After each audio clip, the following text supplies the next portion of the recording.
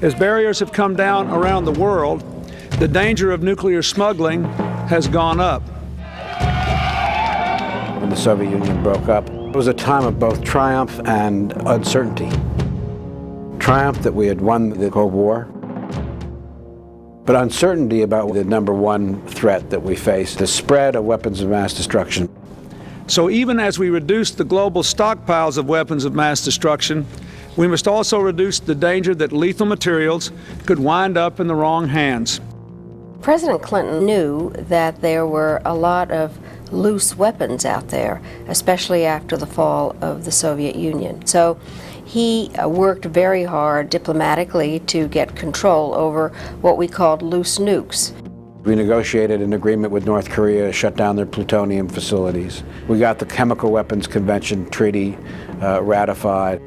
And in 1995, under President Clinton's direction, we renewed the Nuclear Non-Proliferation Treaty in order to make sure that it would last in perpetuity.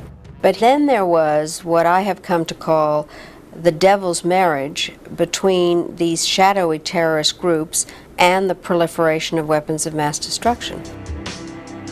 President Clinton understood the danger to the world, and us specifically, if these kinds of weapons would get into the wrong hands.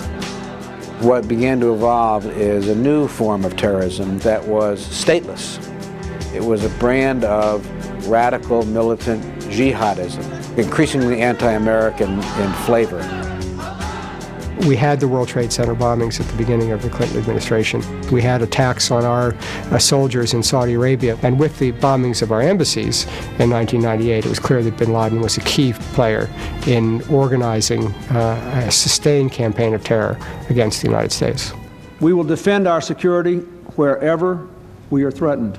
We worked very hard to arrest terrorists and to go after the money of the terrorists.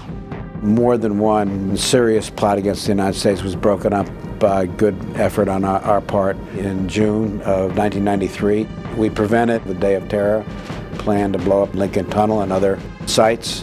In 1995, we broke up an effort to take 12 727s and blow them up on their way from Asia to the United States.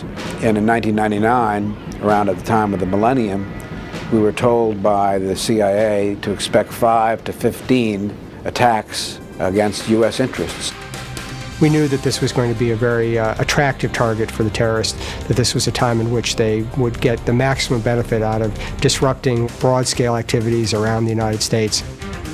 President Clinton asked me to convene national security principles at the White House every single day for almost a month so that we were focused on breaking up that series of plots.